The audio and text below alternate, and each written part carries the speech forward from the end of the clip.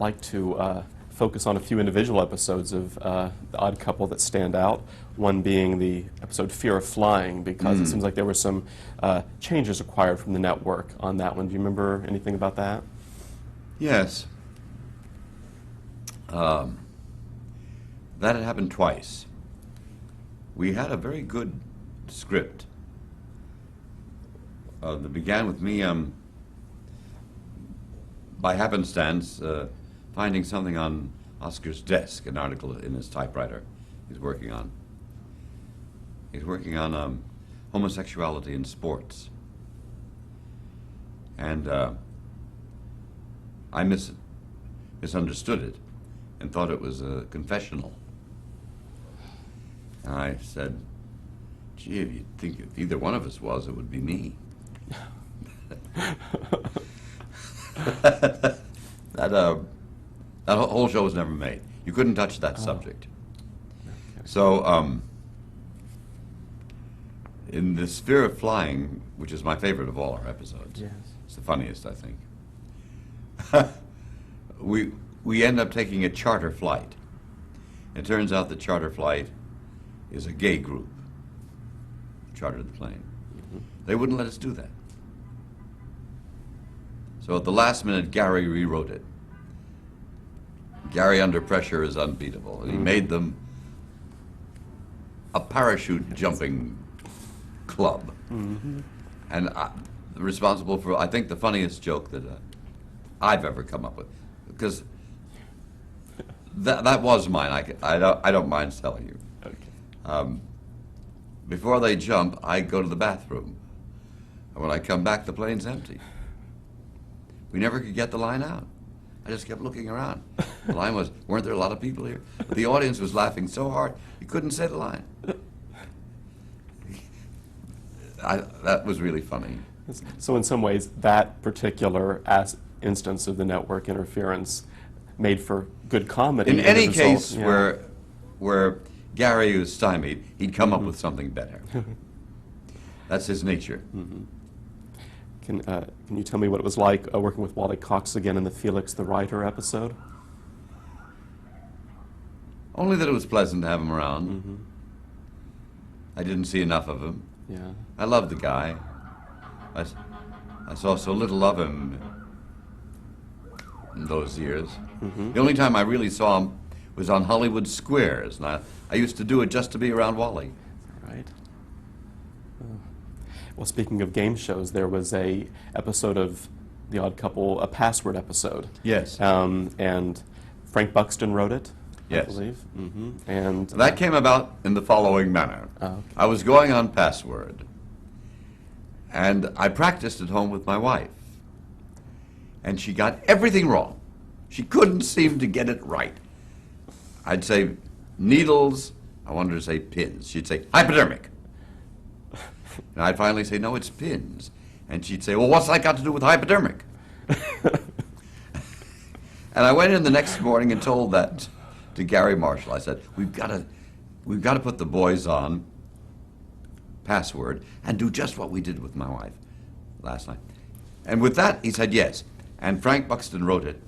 And it was the only time that a first draft was usable. The first draft is practically what we shot. No kidding.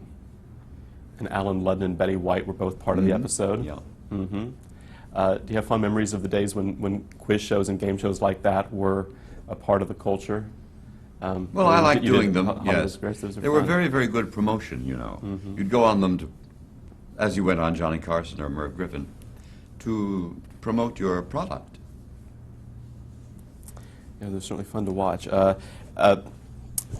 The same year the show ended in 1975, you received your Emmy for the show, and describe for me the bittersweet aspect of that, to win your award for the work on the show at the same time the show has, and you may have reflected that in your speech too, I believe. My speech was the best acceptance speech that was ever made in any award ceremony, because it was the shortest. They're all disgustingly long, aren't they? And embarrassing and tedious. But mine was 5 words long. Maybe 7. I'm glad I won. Now, if I only had a job. Yeah. Went over big. It was the truth. Yeah. Yeah. Short and sweet, or short and bittersweet, I guess, is the word. And how did you feel after the 5-year experience was over? I mean, the show had never seemed to have found its audience. No, I didn't believe it would end. We'd never had a good rating. We were always renewed. I thought, and our last year was our best. Out of 22 shows, 20 were great. We just hit our stride every single week, a home run. And Jack knew it was over, but Jack was always right. But I didn't accept it. I didn't believe it. But Jack always said, someday we'll come back in reruns, and they'll see how good we are. And he was bullseye accurate. It's exactly what happened. Why do you think the rerun success happened? Why do you think it was successful in that regards, but not when it was a weekly show on the network? No one saw it when it was on the network. It was on it would be canceled. It would be what do they call it when something else is put on instead? If the president's speaking, preempted. Yes, that wonderful word, preempted. Preempted. What in the world does that mean? What is empted? But how do you do it before empty? Yes. Yes. But no one saw it. In reruns, they saw it. It was funny. It was brilliantly funny, thanks to the writing. Everything is in the writing, mind you. Everything. Do you get a lot of reaction to it now because of its exposure on Nick at Night, so that there was a sort of a renaissance in appreciation of the show? Ever since it's been on, reruns, there was a time here in New York when it was on 4 times a day. So on the street is Felix, Felix, Felix. As I was coming into this building, someone said, "There's Felix." That's a great feeling. Besides the ones that we touched upon, were there any other home runs, perhaps in that last season of Odd Couple, that stand out in your mind, ones that you were particularly proud of? I was proud of all of them. As I say, the writing reached its peak that year. It takes that long for everything to gel, for everyone to come together, to form the perfect team. It's not merely being good, people must also be compatible. And they must have that team spirit. And that last year, our team was at its best. Was there reluctance in the aftermath of that show's cancellation to continue in television? You did a show not long afterwards, the Tony Randall Show. Was there reluctance? Well, that was 2 years later. Yes. And then 2 years after that, I did another one, Love, Sidney. And they were both really first-rate shows. But there was no Marty Starger at the network to keep them on when the ratings weren't good. It was only ratings that counted. Now, I remember being asked to go to a convention of NBC announcing their new shows, and I said, I've never been in a well-rated show. I can promise you nothing except a good show. My promises were kept. And that was Love, Sidney. No, that was the Tony Randall Show. Oh, the Tony Randall Show. For NBC? No, maybe it was Love, Sidney. But matters Love, not. Sidney was a superior show. Right. And the Tony Randall Show aired on 2 networks during its run, ABC and CBS. Oh, that's right. That's Yes. right, yeah. What was that feeling like to jump networks midstream and how Makes did no difference to the people Yes. you're working with. That we shot that show for Grant Tinker. Yes. And I remember the time we were canceled, Grant and I went for a long walk. And we were both so bitter. We were walking around Beverly Hills. And he was trying to buck me up, and I was trying to buck him up. And we just couldn't talk. We were just so angry. We knew we had a good show. And those sons of bitches just... All they know is ratings. Now when I did Love, Sidney, Grant Tinker was the head of the network. So he was the one who, again, after 2 years, canceled, he was the one who had to call me up and tell me. And he said, I imagine you're miffed. Those were his words. No long walk this time. But that show, Love, Sidney, certainly had an interesting history in the way it developed as a TV movie and the compromises made. You talk about taking the role in the in the film, and then the changes that were made in terms of being less explicit with the nature of the lead character. No, that's not so. Okay. It wasn't really explicit in the film. It was implicit. He never said, "I'm gay," but you understood perfectly that he was gay by references to Martin, whose picture is on the Right. mantelpiece. That was all kept in the series. And we did 44 shows, 22 a year for 2 years. And in every single one of those shows, it was implicit, never explicit. But it was always there. And I don't know what they're talking about. Mm.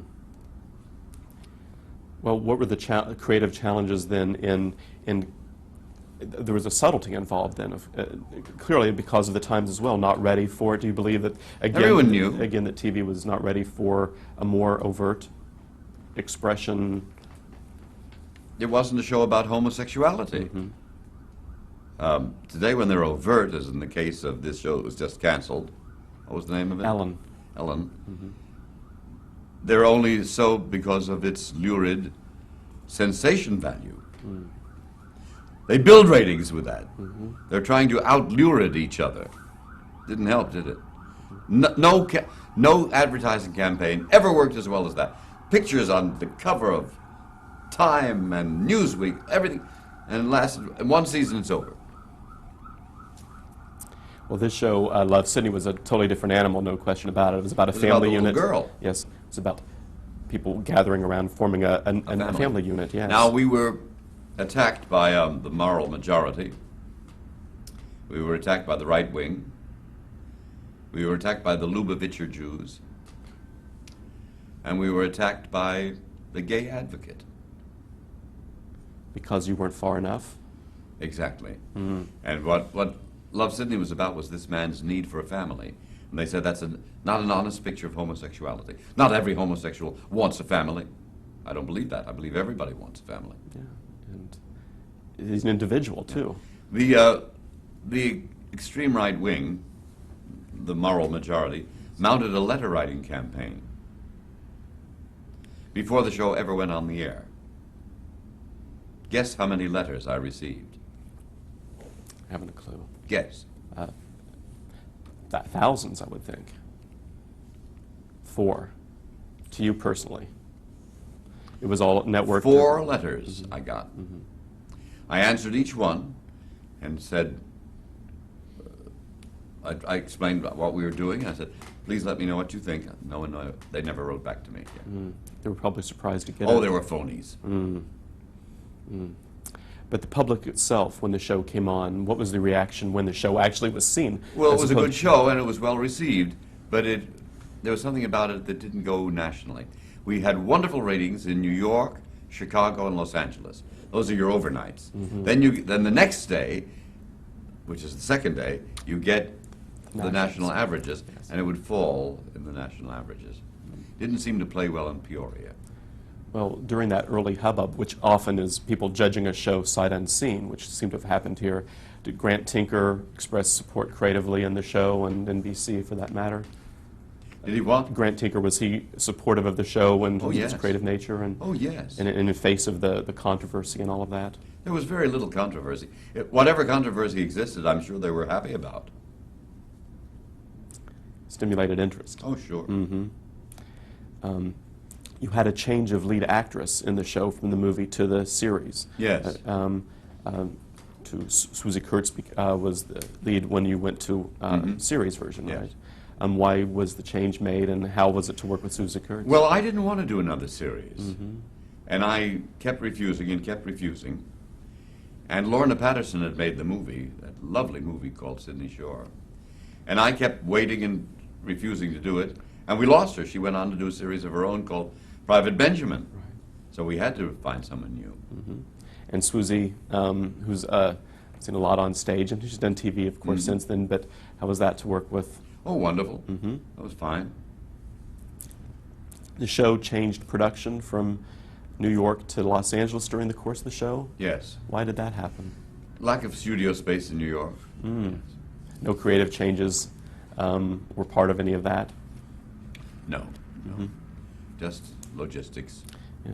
And the fact that the ratings were not that high, is that what pretty much predicated it? That's the story. Mm-hmm. That was Lasted it. 2 years? Yes. Mm-hmm. You seem to look back on it quite fondly. Well, I only did it because they gave me an enormous amount of money for my theater, for the National Actors Theater. I had no money at that time for my project, and now I had money. And so that's why I did Love Sidney. Well, talk about a terrific segue, because I think it's a good time to bring up the fact that in 1991 you... Finally got rolling with the National Actors Theater, and that's been my life ever since. It's the only thing I've ever really believed in theater, doing the classics. I think that's what an actor should be doing, and now I'm doing it. Mm-hmm. No lure of television at this time, outside of the random Letterman appearance, That's I believe. right. You still do those? I did one this morning. Mm-hmm. Was it, describe it, because I'm sure it's funny. They usually are. All I know is I posed with the dart sticking in my head.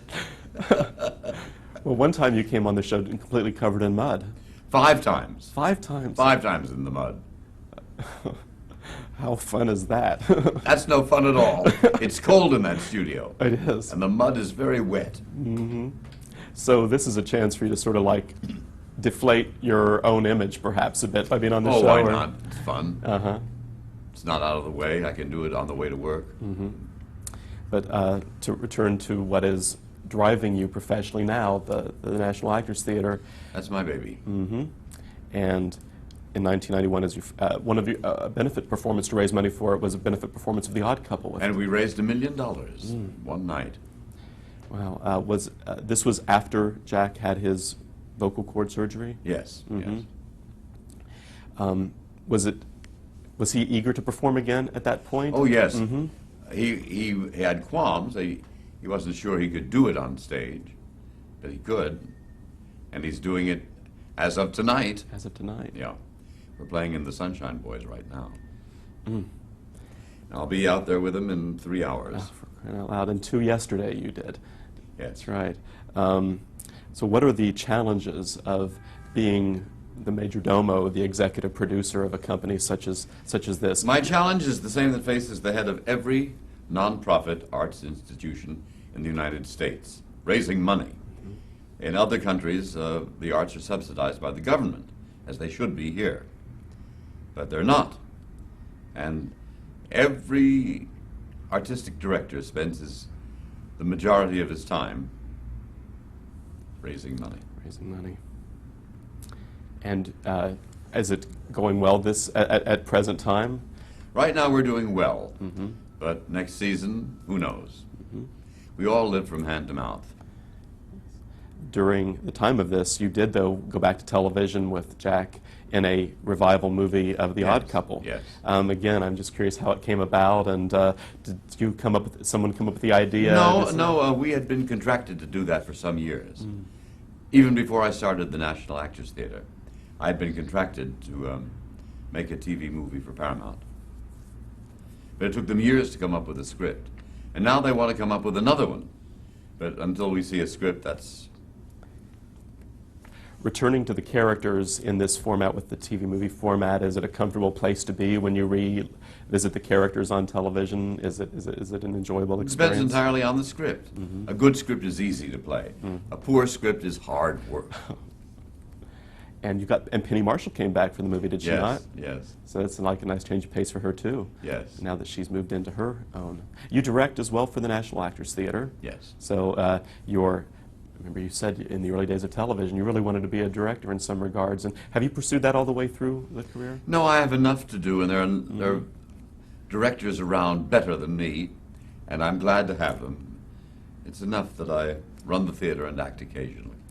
And as a man who said early on in this interview that you've never gone a day without working, or very little time without working, the importance of working today as you look at your life now, I'm curious about what's still driving you to get out there every night as you're doing right now.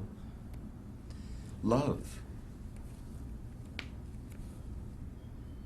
And being able to do it with Jack Klugman probably makes it even more lovely, I would think. In sort of summing a lot of this up, I would like to get a sense of what to you would be what would you consider a career highlight, the highlight of your career? Well, I did a play on Broadway about 6 or 7 years ago, 8 years ago. M. Butterfly. That was a highlight. That was the only time I liked my acting, and that remains a lifetime high. No kidding. You were a severe critic of your acting? Can't stand it. I can't stand most people's acting. But yet you say you're doing this for love. Yes. How contrary. Is there a type of role?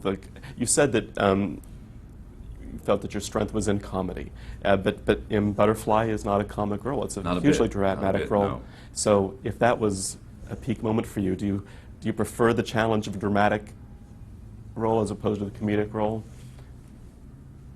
Generally speaking, the dramatic roles are much easier.